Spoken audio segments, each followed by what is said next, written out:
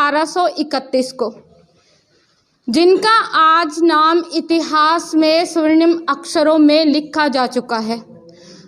आज छोटे से बच्चे से लेकर हर बड़े बूढ़े तक हर कोई सावित्री देवी फुले को जानता है। वो एक समाज सुधारक होने के साथ साथ एक शिक्षिका थी, ये भी सभी जानते हैं। इसके साथ साथ बड़े गर्व की बात है कि वो एक मराठी कवयित्री भी थी। ज्योतिराव फुले जो उनके पति थे, उन्होंने उनका इतना साथ दिया है कि उनको देख के यही लगता था कि भगवान ने सच में उनकी जोड़ी बहुत सुंदर बनाई है। जब जीवन साथी का साथ मिल जाता है ना, तो कदम 2 नहीं रहते हैं, 11 बन जाते हैं और फिर कामयाबी की तरफ बढ़ते चले जाते हैं। कामयाबी आसानी से नहीं मिलती। सावित्री देवी फुले के नाम को हम आज ऐसे ही नहीं जानते हैं, उन्होंने भी बहुत संघर्ष किया है।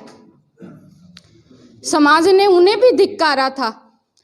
जब वो खुद पढ़ रही थी तब भी उनको सुनने को मिला था, और जब वो बालिकाओं को पढ़ा रही थी तब भी उनको सुनने को मिला था।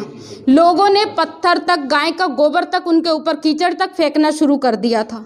सभी जानते हैं, क्योंकि जो हमारे कवि भाई बहन है ना, वो हर कवि के बारे में बारीकी से जानते हैं। शायद मैं भी नहीं जानती इतना तो, लेकिन अभी थोड़ा सा जिक्र मुझे लगा कि हमें करना चाहिए, क्योंकि आज उनका जन्म दिवस है।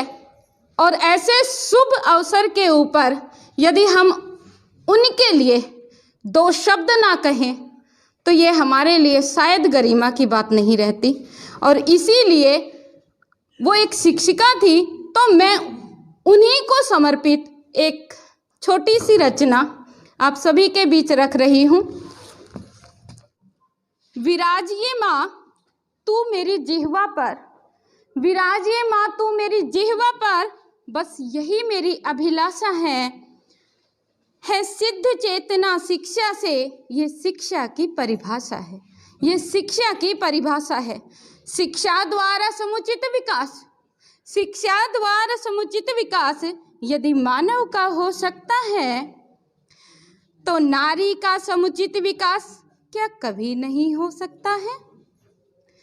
शिक्षा द्वारा हम समझे हैं नारी न भोग का साधन है, शिक्षा द्वारा ही हम समझे हैं नारी न भोग का साधन है। मानव समाज की उन्नति का नारी सर्वोपरि साधन है, नारी सर्वोपरि साधन है। सीखना कलाओं का भी तो, सीखना कलाओं का भी तो शिक्षा द्वारा ही संभव है। फिर नारी अशिक्षित रह जाए, फिर नारी अशिक्षित रह जाए तो यह भी बात असंभव है। गृह गाड़ी के 2 पहिए हैं, गृह गाड़ी के दोनों पहिए नर नारी कहलाते हैं। दोनों शिक्षित हों यदि, दोनों शिक्षित हों यदि, तो वे सुंदर परिवार चलाते हैं, तो वे सुंदर परिवार चलाते हैं। अतएव हमारा कहना है, अतएव हमारा कहना है नारी को अब पढ़ना होगा, अतएव हमारा कहना है नारी को अब पढ़ना होगा। चाहे पथ हो साधारण, चाहे पथ हो पथरीला, अब उसको आगे बढ़ना होगा, अब उसको आगे बढ़ना होगा। इतिहास हमारा साक्षी है, इतिहास हमारा साक्षी है यदि पृष्ठ पलट कर देखें हम, इतिहास हमारा साक्षी है यदि पृष्ठ पलट कर देखें हम। अनसुईया, विद्योत्तमा गार्गी और फूले के जैसे पीछे मुड़ के देखें हम, क्योंकि उन्होंने देखिए इतिहास बनाया है। नारी शिक्षा अनिवार्य सदा, नारी शिक्षा अनिवार्य सदा, इतिहास पृष्ठ के कहते हैं।